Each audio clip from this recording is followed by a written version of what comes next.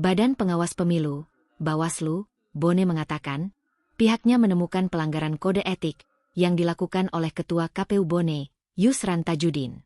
Hal tersebut diungkapkan oleh Kordif Penanganan Pelanggaran Bawaslu Bone, Nur Alim kepada Tribun Timur, Jumat 7 Juni 2024. Nur Alim mengatakan, pihaknya memeriksa 15 orang terkait dengan dugaan penggelembungan suara yang diduga dilakukan oleh Ketua KPU Bone.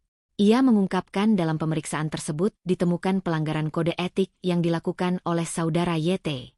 Untuk diketahui pelanggaran kode etik terjadi melalui keberpihakan pada salah satu peserta pemilu, bersikap partisan, dan tidak memperlakukan peserta pemilu adil dan setara. Hal tersebut telah diatur dalam Peraturan DKPP Nomor 2 Tahun 2017 tentang Kode Etik dan Pedoman Perilaku Penyelenggara Pemilihan Umum. Karena itu sudah ruangnya masuk ke DKPP, kami tidak dalam kapasitas untuk melengkapi sanksinya. Tetapi pada intinya kami sudah menyimpulkan bahwa dari hasil penelusuran kita itu terdapat dugaan memang pelanggaran kode etik. Dan insya Allah besok tim dari Bawaslu Kabupaten Bone sudah berangkat ke Jakarta untuk menyerahkan dokumen. Lalu ada 1 jam yang lalu.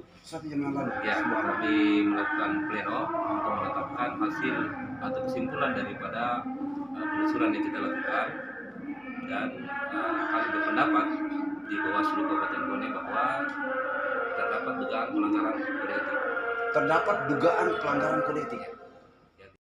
Download Tribun X sekarang, menghadirkan lokal menjadi Indonesia.